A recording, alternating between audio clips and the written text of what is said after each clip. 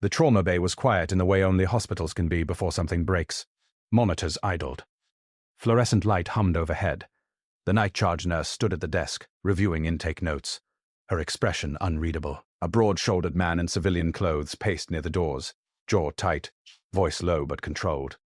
"This isn't complicated," he said. "Call someone qualified." A junior resident bristled. The attending on call hesitated. No. One moved. Inside the trauma room, the patient's blood pressure drifted lower. The chart did not match the presentation.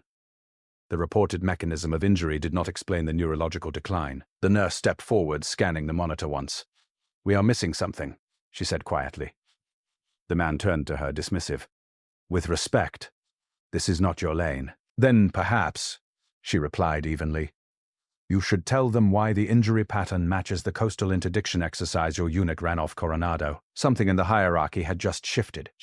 The night shift began without urgency. At 2:13, the emergency department was suspended in that thin, artificial calm between ambulance sirens.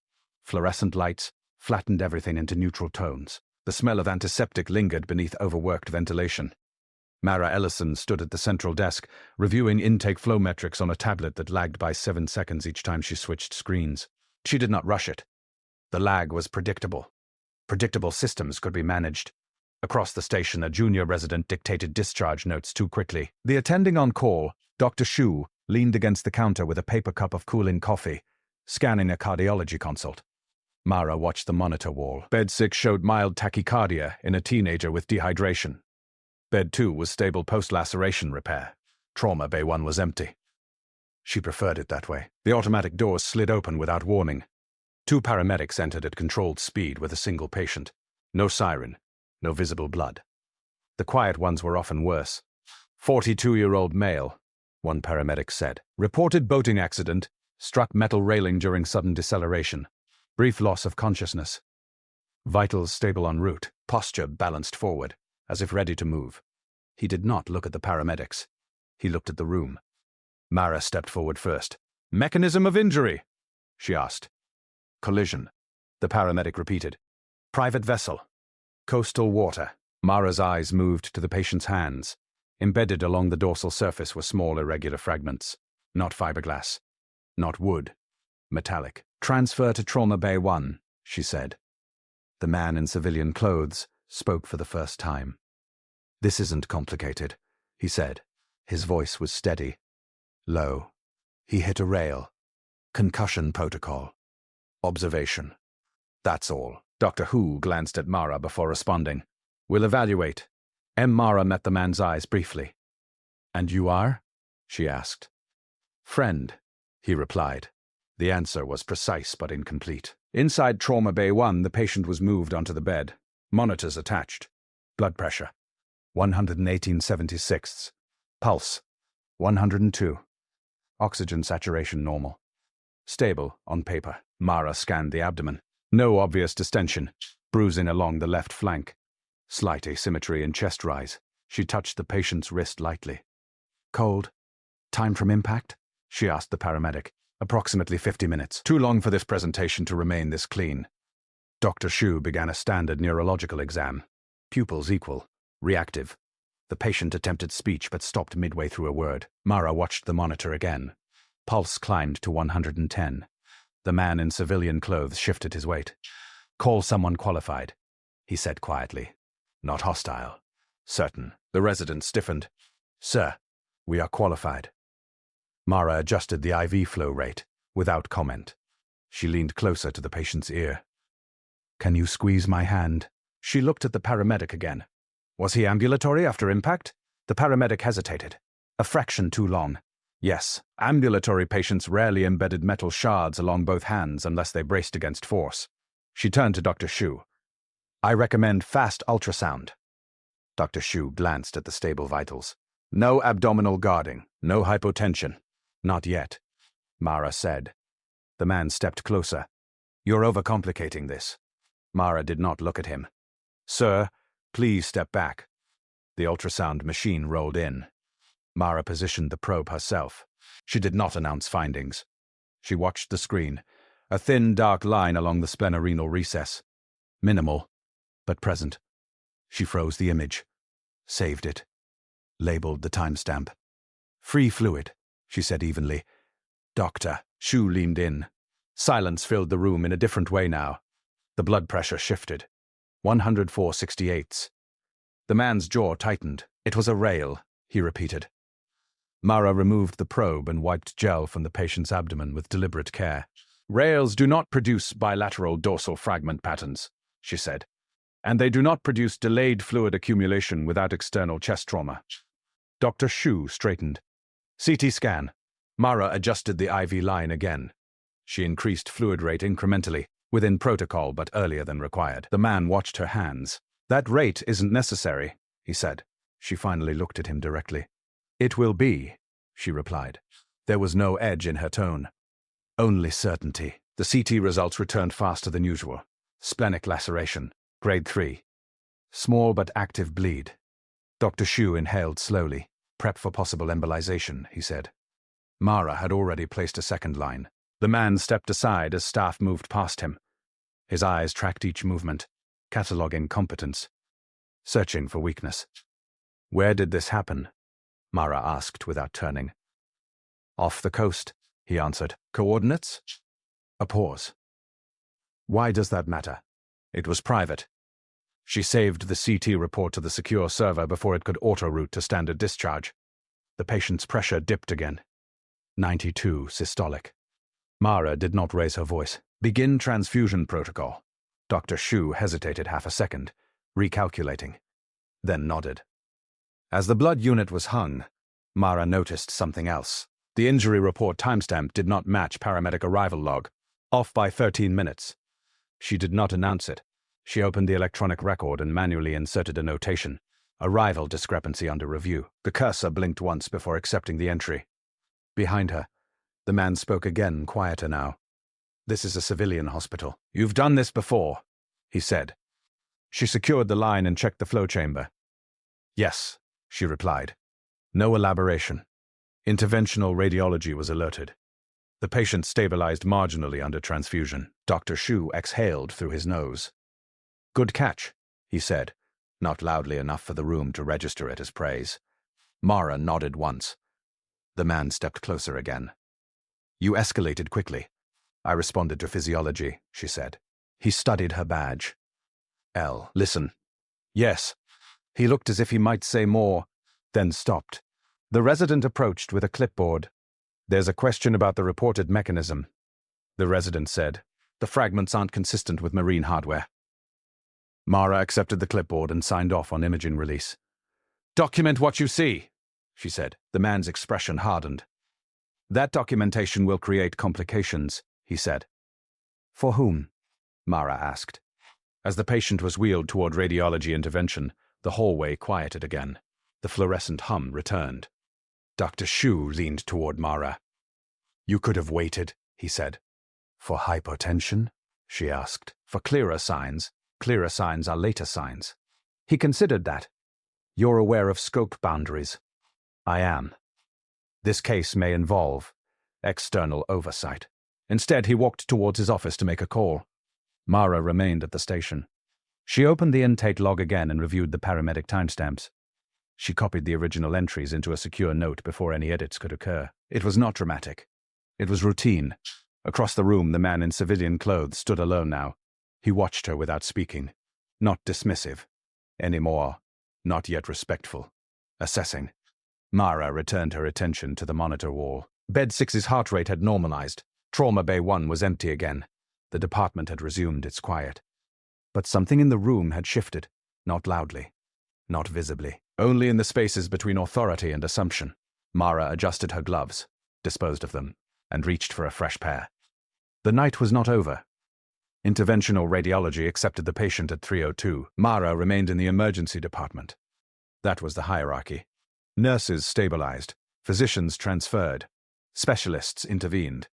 Documentation followed everyone. She updated the trauma board with neutral precision. Status: NIR. Condition: guarded. Mechanism: under review. The phrase was deliberate. At 3:11, the civilian companion returned from the procedural corridor. His pace was controlled. He carried himself with the stillness of someone accustomed to waiting for outcomes without visible reaction. He stopped at the central desk. "How long?" he asked. "Radiology will attempt embolization first," Mara replied. "If bleeding is contained, he avoids surgery. You assumed internal hemorrhage before instability." "I observed internal hemorrhage before instability, not recent. It was a deceleration injury." She opened the imaging again, on her screen. Enlarged the fragments captured in the initial trauma photographs. "They are uniform," she said. "Machine-milled, not marine corrosion. No salt etching." His gaze flickered, briefly, to the image. "Boats use milled components." "Yes," she said, "but not in exposed railings." Behind them, the resident returned from radiology holding a printed addendum. "There's something else," the resident said quietly to Dr. Shu, who had reappeared with a different cup of coffee. Mara did not interrupt. She listened. The fragments contained trace composite consistent with high-velocity impact, not low-speed collision. Added to the chart. The resident hesitated. "The system flags DoD material codes when that terminology is entered. Then document the composition without interpretation," she said. The resident looked at her. Doctor Who did not contradict her. The civilian companion's tone cooled. "This hospital has a military referral AR. Eamont," he said. "Certain documentation routes differently." "Yes," Mara replied. "Through compliance. Through clearance. That is not the same thing." "Bleed controlled," the interventionalist reported. "Temporary success, but mechanism remains unclear. There's a secondary contusion near the thoracic spine. Not from a railing." She closed the file and stood. "I need to re-examine the intake sequence," she said to Dr. Shu. "For what purpose?" he asked. "The timeline does not reconcile with embolization findings." He studied her face, searching for overreach. "Proceed," he said finally. The civilian companion followed her without invitation. In the smaller consult room adjacent to triage, Mara replayed the paramedic audio log. She adjusted the volume precisely to avoid distortion. "Impact, regained consciousness. Ambulatory, regained," she repeated quietly. The civilian companion remained standing. "Meaning?" he asked. "Meaning initial loss of consciousness likely occurred earlier than reported. You're suggesting misreporting. I am suggesting incomplete reporting." The difference mattered. She replayed another segment. Background noise filtered through. Wind, metallic reverberation, something heavier than water slapping hull. She stopped the audio again. "That sound," she said. He said nothing. "It is not dark impact. It was chaos." "Yes," she agreed. "It often is. If this occurred during structured activity, we need that context. Thoracic contusions combined with splenic laceration suggest directional force. You're not a physician." "No. Yet you speak in mechanism modeling patterns." He considered that patterns can be misread. "They can," she said, "which is why we document them." At 3:57, a compliance notification appeared in the electronic record system. "Alert. Potential federal reporting category." Mara had seen it before. Rarely. It triggered additional review by the hospital's defense liaison office. Dr. Shu approached her station. "You entered composite material notation." "Yes." He exhaled through his nose. "This may escalate beyond trauma care." "It already has." "Transfer agreements. Our obligation is medical accuracy." He did not disagree, but he did not affirm it either. The civilian companion stood a few feet away, listening without appearing to. "His name?" Mara asked. Shu glanced at the chart. "Evan Calder." Mara moved without being called. In the hallway outside recovery, the radiology nurse briefed her quickly. "Pressure trending down. Embolization holding but borderline. Urine output?" "Minimal." She checked capillary refill. "Delayed. Repeat hemoglobin," she said. "Now." IR did not request it. "I am requesting it. I am preventing delay." He watched her hands as she adjusted the transfusion rate again. Incremental. Measured. "Your tone suggests certainty," he said. "My tone reflects observation." He leaned closer. "What exactly do you think happened?" "I think the reported environment does not match the injury vectors. And if it did not, if weighing whether she understood more than she should." "You're building a narrative," he said. "No," she replied. "I am identifying variables. That drop is disproportionate," he said. "Yes." He turned to the civilian companion. "Was there blast exposure?" "No." Mara observed the absence of hesitation. Clean denial. Then we have either undisclosed trauma or coagulopathy, Dr. Shu said. Mara scanned the lab panel. Coagulation values were normal. Directional force, she said quietly. Sue glanced at her. The civilian companion's voice cooled further. You're implying ordnance. I am implying physics. Silence followed. At 4:36, hospital administration requested preliminary summary notes. Mara drafted them carefully. She avoided speculative language. She avoided accusation. She documented measurable findings. Bilateral dorsal metallic fragments. Splenic laceration inconsistent with low-speed railing impact. Thoracic contusion suggestive of concentrated directional force. Timeline discrepancy of 13 minutes between field report and hospital arrival log. She saved the document under secured routing. Seconds later, the system prompted for classification confirmation. She selected standard civilian trauma, pending review. Not military. Not yet. Dr. Shu noticed. You could classify under joint operations and transfer documentation responsibility. That would alter reporting pathway, she said. Yes. I prefer complete data before altering pathways. He nodded once. A small shift. The civilian companion stepped closer again. What unit were you with? He asked. The question was direct. Mara adjusted the tablet in her hands. I work here, she said. That wasn't my question. No, she agreed. She did not elaborate. He watched her for another long moment. You recognize operational injury patterns, he said. I recognize human tissue response to force. That is not the same thing. It is sufficient. At 5:02, compliance called Dr. Shu. He stepped into his office and closed the door halfway. Mara continued reviewing imaging. She magnified the thoracic contusion again. The angle of compression suggested downward arc, not horizontal collision. She overlaid the injury pattern with a blank diagram from memory. There were only a few ways such force occurred. Behind her, the resident whispered to another nurse. Why is she pushing this? The other nurse shrugged. She notices things. She had transferred 2 years prior from a federal medical facility after restructuring eliminated her department. She had not volunteered details. Administration valued efficiency more than background. That anonymity had been useful. Until now. Dr. Shu returned. Defense liaison is en route, he said quietly. Mara nodded. The civilian companion did not appear surprised. This could have been avoided, he said. By altering documentation, she asked. By understanding context. She closed the imaging file. Context does not change hemorrhage. He studied her face again, searching for reaction. Pride. He found none.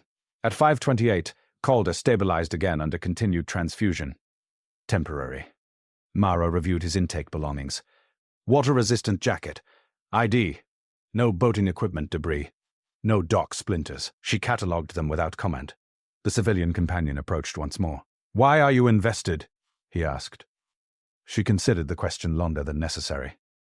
Because incomplete mechanism leads to incomplete treatment, she said. That is procedural. I have seen what incomplete reporting does downstream.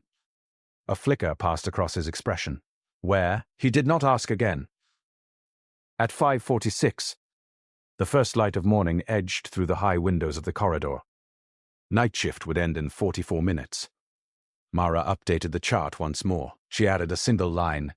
Mechanism remains inconsistent with provided narrative. Further clarification required for accurate risk assessment. She signed electronically. The civilian companion watched the final click. You understand this triggers inquiry? He said. Yes.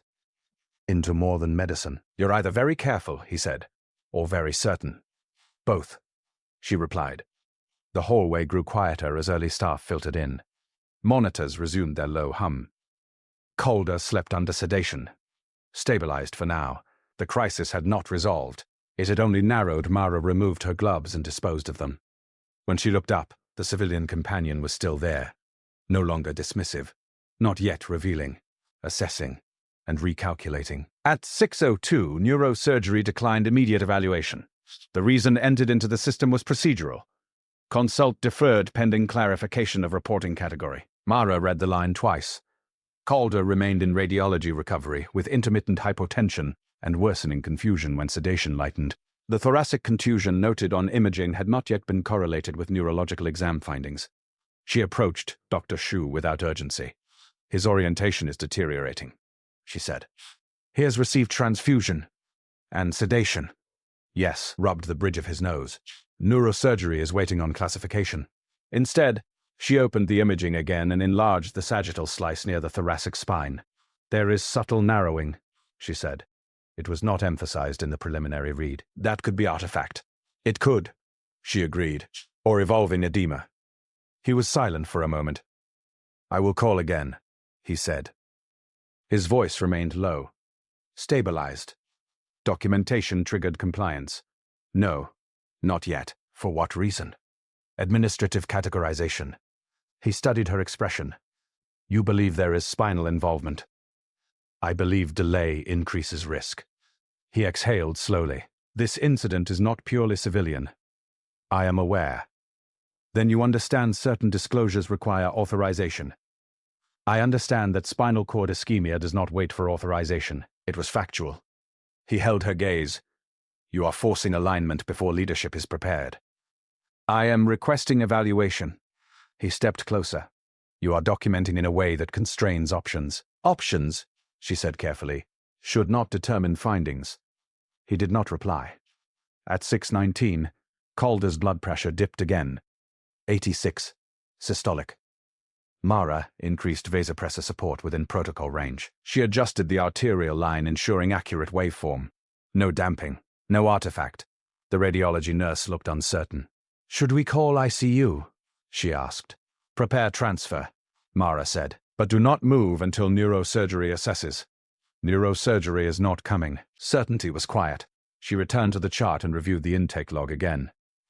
13-minute discrepancy.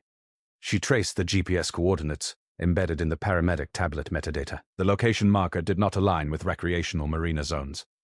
It aligned with restricted training waters. She closed the file without comment. The civilian companion had noticed the shift in her focus. You have access to location metadata?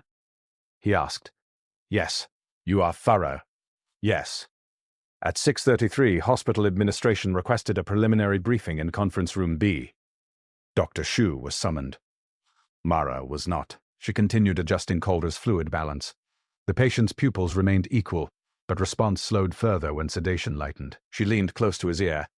Evan, she said evenly. Can you move your toes? There was a delay.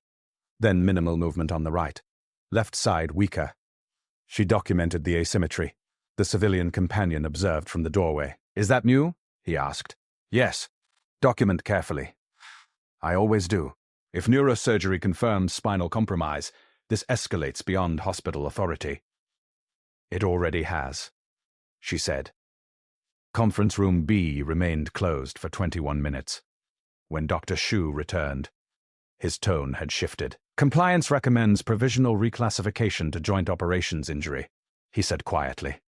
That reroutes documentation, Mara replied. Yes, and delays external reporting. He did not answer directly. It protects institutional funding, while facts are clarified. Does it protect the patient? He looked tired. It protects the hospital. Understand the optics. I understand the physiology. At 6:58, neurosurgery still had not arrived. Calder's left foot no longer moved to command. Mara documented the deficit with timestamp. She printed a copy. The civilian companion noticed. Why print? Redundancy. You anticipate alteration. I anticipate revision. He stepped closer. You are creating a record that cannot be easily reframed. Yes, you've seen reframing before. She did not respond. A helicopter passed overhead, en route to the regional trauma center. The low thrum of rotors filtered faintly through reinforced windows. For a fraction of a second, her hands stilled, then resumed. He noticed that too. Offshore, he said quietly. She did not confirm. She did not deny. At 7:12, neurosurgery finally arrived. Dr. Patel entered with restrained irritation. I was told this was administrative, he said. Mara stepped aside. Progressive lower extremity weakness, she said. Thoracic contusion at T7, T8. Repeat hemoglobin drop. Hypotension episodes. This is evolving cord compression. Yes, Mara said. When did deficits begin? Documented at 6:31. He scanned the chart. You printed? Shu. This requires decompression. Now. The civilian companion stepped forward. Is surgery absolutely necessary? Dr. Patel did not soften his response. Yes. As the surgical team prepared, the civilian companion stood beside Mara once more. You understand what surgical documentation entails, he said. Yes. Operative findings cannot be generalized. No. He studied her expression. You are placing the hospital in conflict with federal discretion. I am placing the patient in surgery. He considered that. For the first time there was no dismissal in his posture. Only calculation. You are not what you appear to be, he said quietly. I am exactly what I appear to be, she replied, an emergency nurse. The elevator doors opened for surgical transfer. Calder was moved carefully, lines secured. Monitors steady but fragile. As the bed rolled past, the civilian companion walked alongside it. At the threshold, he paused and looked back at Mara. You will be asked about your documentation, he said. Yes, you may be advised to amend. I will not. He held her gaze for several seconds, then nodded. Once. Not approval. Recognition. The elevator doors closed. The emergency department returned to surface normalcy. Day shift filtered in with coffee and clipped greetings. Mara removed her gloves and washed her hands methodically. The resident approached hesitantly. Administration says this may become classified, he said. She dried her hands. Physiology is not classified. He gave a small, uncertain nod. You caught it early, he added. Yes. How? That's all. That is enough. At 7:46, a notification appeared in her inbox. Formal review pending. Documentation variance. She read it once. Closed it, but the crisis had not. It had simply moved upward, into rooms where language mattered more than blood pressure. Mara removed her badge, placed it into her locker briefly, then clipped it back onto her uniform. She was scheduled again that evening, and she intended to be present when the next question was asked. Mara returned at 18:57. She preferred arriving before the shift officially began. The emergency department changed character at dusk. Conversations softened. Administrative oversight thinned. Patterns became easier to see. Calder was in post-operative ICU. Thoracic decompression completed at 10:14 that morning. Operative notes were concise. No speculation. Only findings. Localized blast consistent compression injury. Metallic particulate embedded within paraspinal tissue. The phrase had not been softened. Mara read it twice. Blast consistent. The hospital had not yet reclassified the case publicly. In the internal system, it now carried a provisional flag. Joint Operational Review. Restricted access. Her access had not been removed. Not yet. She closed the file and began her shift assessment rounds. At 19:22, she was called upstairs to ICU for assistance. Calder's pressure is unstable again, the ICU nurse said. Surgery believes it's post-operative redistribution. But it's erratic. Monitors tracing narrow margins. The civilian companion stood near the wall. He had not changed clothes since the night before. You're back, he said. Yes, urine output had dropped again. She checked the abdominal dressing. Slight distension. Repeat ultrasound, she said. The ICU nurse hesitated. Surgery cleared abdomen. You are anticipating secondary bleed. I am observing trends. She positioned the portable ultrasound probe herself. There it was again.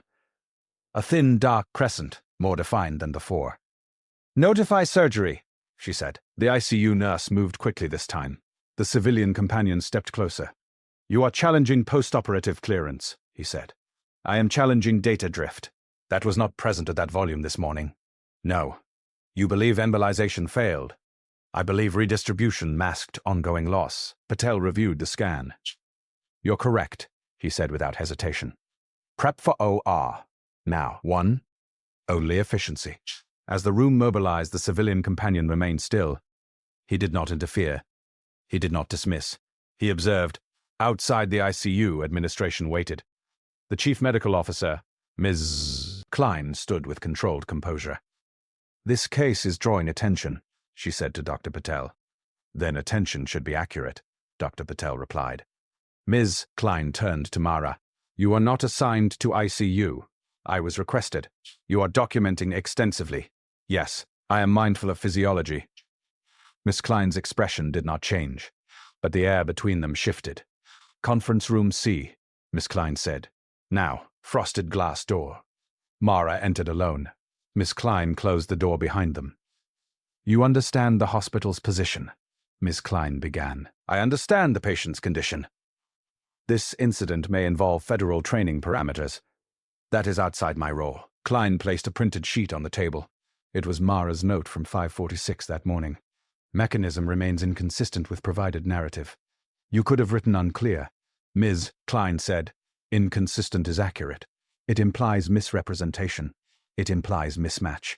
The hospital receives significant defense research funding. Yes. We are expected to coordinate reporting. I have coordinated reporting. Klein's tone softened slightly. You are creating institutional exposure. I am creating clinical clarity. Miss Klein studied her face. You have prior federal experience. Yes. You did not disclose full operational background during onboarding. My licensure and credentials were verified. That is not what I asked. Myra held her gaze. My background does not change abdominal hemorrhage. Miss Klein's jaw tightened almost imperceptibly. You are not being asked to falsify records, she said. You are being asked to allow administrative language to lead. In medicine, Mara replied evenly. Administrative language follows. It was procedural. Miss Klein leaned back slightly. There will be review, she said. I assumed so. You may be removed from trauma authority pending outcome, if necessary. Panic does not improve perfusion, she said. When she returned to ICU, Calder was already being moved toward the operating suite again. The civilian companion stood beside the bed. He did not look surprised. You were summoned, he said quietly. Yes? And, you understand this extends beyond a single injury. Yes, you are forcing transparency before coordination. I am preventing omission. Most people defer.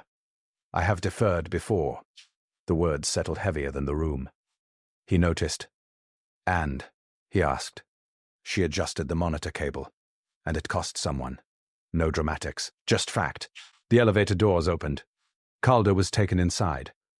The civilian companion stepped in after him, then paused. What was your role offshore? He asked quietly. Medical. That is broad. It was sufficient. The doors closed. At 21:08, Mara returned to the emergency department. Her reassignment notice awaited her in the system. Temporary observation status. Trauma leadership suspended pending review. She read it once. Closed it. The junior resident approached cautiously. I heard you challenged ICU clearance, he said. I repeated ultrasound. They're saying this case is sensitive. All cases are sensitive. Instead, she replied, because the pattern is incomplete. Near midnight, the civilian companion returned to the emergency department, alone. Surgery had succeeded again. Bleeding controlled. For now, he stood at the desk where he had first dismissed her. You were correct. She did not look up from the chart she was reviewing. I documented what I saw. You are accustomed to operating inside chain of command, he said. Yes, when it functions. He studied her. You knew the injury was not from a railing. You also recognized the water coordinates. Yes. Silence stretched between them. The fluorescent hum returned. You are not simply an ER nurse, he said. She closed the chart. I am exactly that. He shook his head slightly. No. For the first time, there was no dismissal in his voice. Only realization. You speak like someone who has stood on deck during live ordnance, he said quietly. Mara held his gaze. You should tell them the truth, she said. That is not your authority. Instead, he asked one more question. What unit did you serve with? She reached for a new pair of gloves, pulled them on slowly, and said without emphasis, You know which one? Silence followed. Not dramatic, not explosive, just precise. And for the first time since he entered the hospital, he did not look certain anymore. At 1:14, Calder arrested. It was not sudden. It was cumulative. Blood pressure had narrowed across the evening despite surgical control. Vasopressors escalated in measured increments. Lactate climbed. Urine output ceased. When the monitor flattened into ventricular fibrillation, there was no shouting. Code blue, ICU bed 3, the nurse called evenly. Mara was already moving. Though removed from trauma leadership, she still held hospital-wide response clearance. She entered the ICU without announcing herself. Compressions began. Dr. Patel took airway. Time? He asked. 1:14, Mara replied. She assessed rhythm, counted compressions, adjusted defibrillator pads by 2 centimeters for optimal contact. Charging, she said. Shock delivered. No conversion. The civilian companion stood against the far wall, rigid but silent. Epinephrine administered. Second shock. Brief rhythm. Then instability. Mara watched the arterial line, not the monitor. The waveform told more than the screen. Pressure was collapsing with each attempt. Ultrasound, she said. Dr. Patel glanced at her. For what? Pericardial assessment. It was clear earlier. It is not earlier. That was not present in OR. It is now, Mara said. How? Mara did not look at the companion. Instead, she said calmly, this pattern aligns with overwater interdiction training. Shallow depth charge misfire within a 30-meter radius. The room stilled, even in active code. Doctor. Patel froze for half a second. The civilian companion's eyes locked onto her. You're speculating, he said, but his voice had shifted. No, she replied evenly. I am naming the protocol. Pericardiocentesis kit. Now. There was no time for administrative clearance. Dr. Patel nodded once. Needle insertion. Aspiration, dark blood filled the syringe. Pressure improved incrementally. Compression stopped. Sinus rhythm flickered weakly back to life. The room exhaled, but no one spoke. The civilian companion stepped closer. How do you know the blast radius parameters? He asked quietly. Mara disposed of the used syringe. Because the unit manual specifies safe detonation distances for littoral interdiction exercises, she said. His jaw tightened. That manual is restricted. Yes. Under which authority did you review it? She met his eyes without raising her voice. Joint Medical Support, Pacific Coastal Group. Dr. Patel looked between them. The civilian companion's posture changed almost imperceptibly. You were attached to which element? He asked. Mara did not answer immediately. Instead, she adjusted the IV infusion to stabilize post-tamponade pressure. Then she said, Unit 742. The number was not dramatic. It was precise. Silence deepened. The civilian companion's face lost its earlier certainty. That unit was decommissioned after Coronado, he said quietly. Yes, you were there. Yes, this injury was not civilian. The civilian companion finally answered directly. No. There was no attempt to soften it now. It was a live ordnance calibration drill, he said. The charge detonated closer than projected. Mara's voice remained level. And the deviation from safe radius was logged? He did not answer immediately. Dr. Patel understood it was not. Silence. The reveal had occurred, but the crisis was not over. It had only widened. Calder stabilized, temporarily, after drainage. He remained critical. The civilian companion stepped into the hallway with Mara. You invoked the designation deliberately, he said. Yes. You forced disclosure during active resuscitation. I forced clarity. You understand what that means? Yes. It means federal review. Yes. It means internal investigation into training authorization. Yes. He studied her. You could have remained within civilian protocol. I tried. You escalated. You were medical support during 742. Yes. You left after the incident. I was reassigned. Voluntarily, you lost someone, he said. Yes. Not dramatic, not visible, just true. The hallway remained quiet. You believe this is similar, he said.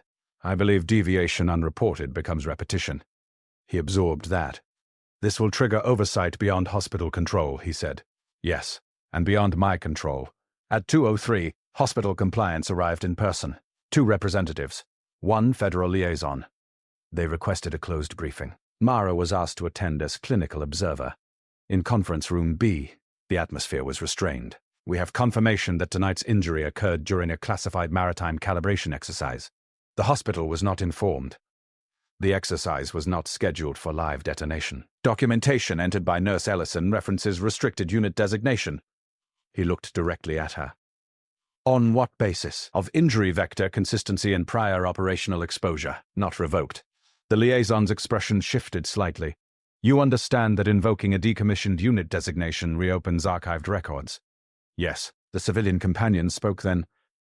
It was my decision not to disclose full context upon arrival. The room turned toward him. I believe the injury manageable within civilian parameters, he said. I was incorrect. Klein's voice was measured. The hospital now faces federal entanglement. The liaison nodded once. An internal review will occur. He looked at Mara again. Your documentation will be examined thoroughly. I assumed so. There was no defensiveness in her tone, only acceptance. After the meeting, the civilian companion remained seated while others left. You could have exposed 742 quietly, he said. I did not expose 742, she replied. I named it. There is a difference. Yes. You forced me to acknowledge deviation. You waited until the tactical moment. She did not deny it. I waited until it affected perfusion. He almost smiled at that, but did not. You still think in operational timing, he said. Yes. And you no longer wear the uniform. No, that is insufficient. Once federal review begins, hospital leadership may reposition you. I am aware. You may lose trauma authority permanently. Yes, and your clearance. You are very certain? No, she said quietly. I am very careful. At 3:12, Calder remained alive. Stabilized again. Temporarily.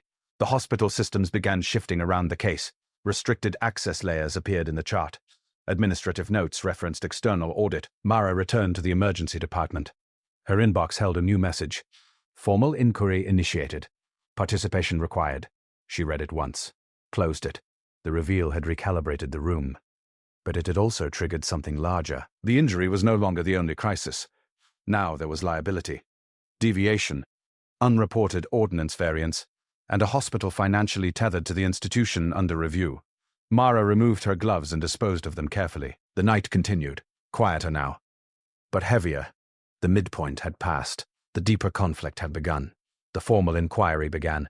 At 9 o'clock. Not in a courtroom. Not in a public forum. In a narrow administrative suite. 2 floors above ICU.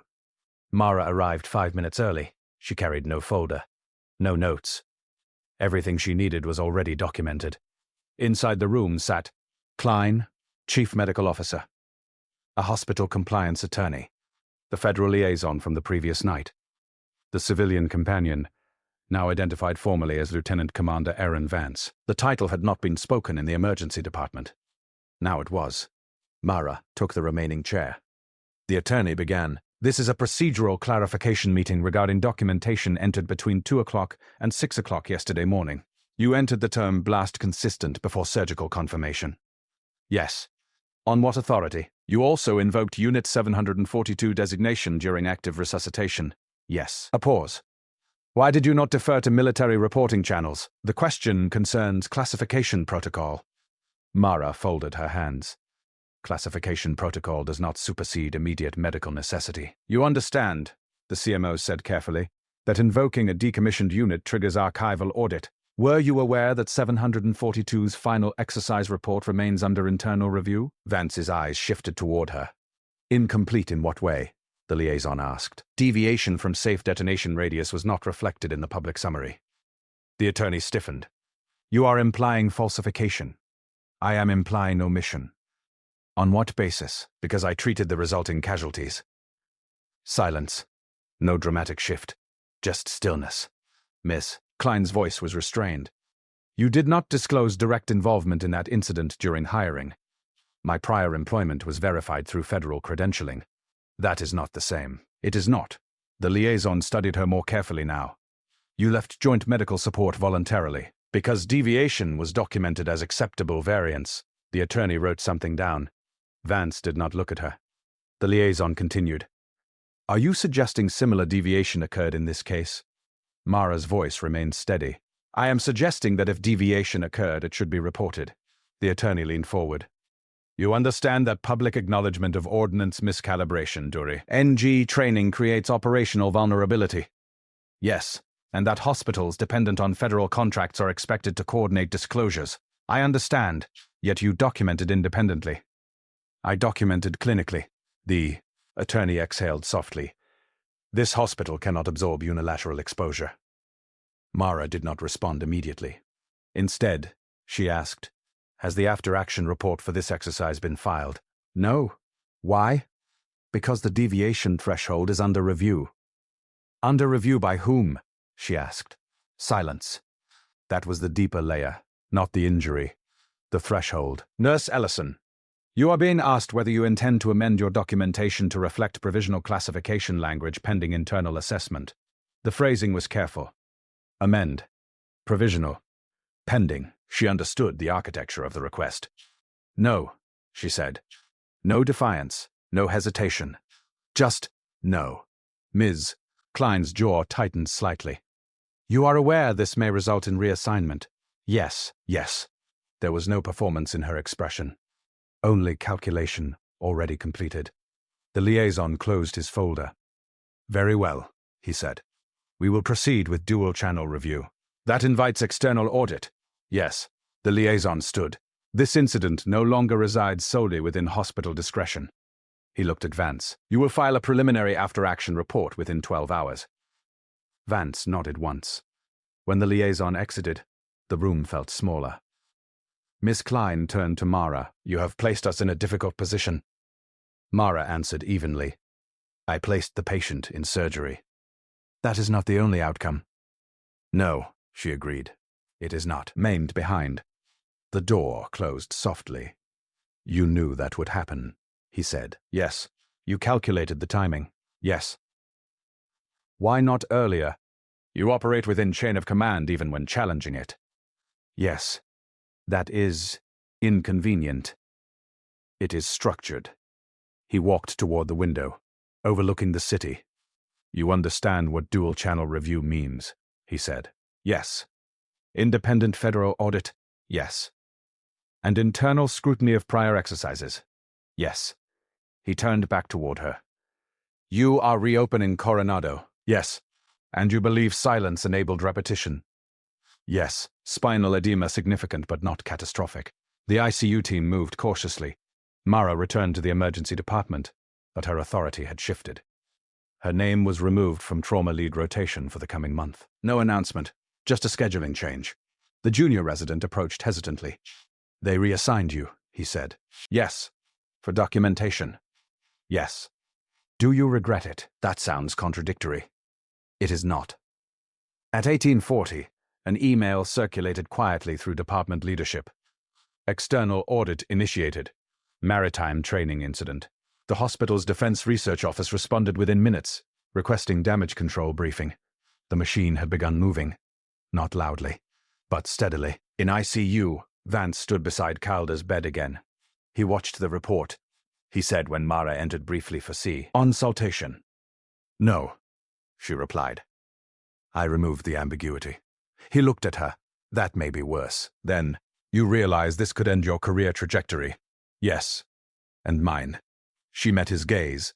"Then file it accurately." He held her eyes for a long moment. "You are very certain that exposure prevents recurrence?" "No," she said quietly. "I am certain omission enables it."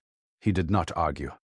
By midnight, the hospital felt altered, not chaotic. Just watched. Access permissions updated. Compliance officers visible in corridors. Language in charts tightened. Mara completed her shift without ceremony. As she removed her badge to place in her locker, she paused briefly. Not in hesitation. In memory. Coronado had ended with a similar meeting. Similar language. Acceptable variance. No public deviation. 2 casualties. 1. Preventable. She closed the locker. When she walked back through the emergency department, nothing looked different. But the institution was no longer insulated. The crisis had expanded beyond one patient. It now involved threshold definitions, reporting hierarchies, and the financial architecture of silence. And it was only beginning. The audit team arrived on a Thursday. No announcement, no disruption to patient flow. 2 analysts with federal credentials and neutral expressions. They set up in a temporary office beside compliance. The hospital adjusted quickly. Language in meetings shifted from clinical to strategic. The phrase, exposure management, appeared more often than patient outcome. Before that, she completed a standard emergency shift. A child with appendicitis, an elderly man with arrhythmia, a construction worker with a fractured wrist. Ordinary cases. Clear mechanisms, no hidden variables. She preferred those. At 13:10, Miss Klein requested a brief conversation. They met in the same windowless conference room. "This does not need to become adversarial," Miss Klein said. "It is not," Mara replied. "The Defense Research Board is concerned." "I assumed so. They have asked whether your documentation could be reclassified as provisional, pending audit conclusion." "Reclassified how?" "By adjusting terminology from blast consistent to trauma pattern under review." "That would remove vector implication." "Yes. That implication is clinically accurate. It is operationally destabilizing." Mara folded her hands. "Are future patients safer if terminology is softened?" "That is not the immediate concern." "It should be." The CMO's tone sharpened slightly, though still controlled. "You are not the only stakeholder here, but I am responsible for my notes." A pause. "You were offered a department leadership track last year," Miss Klein said quietly.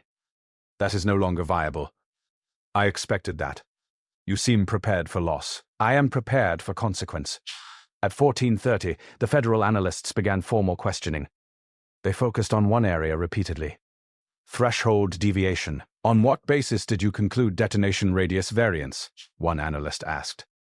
"Fragment dispersion density and thoracic compression angle," she replied. "Were you present at the training exercise?" "Yes." "In what capacity? Why not?" She paused. Operational continuity was prioritized. "You are implying systemic minimization."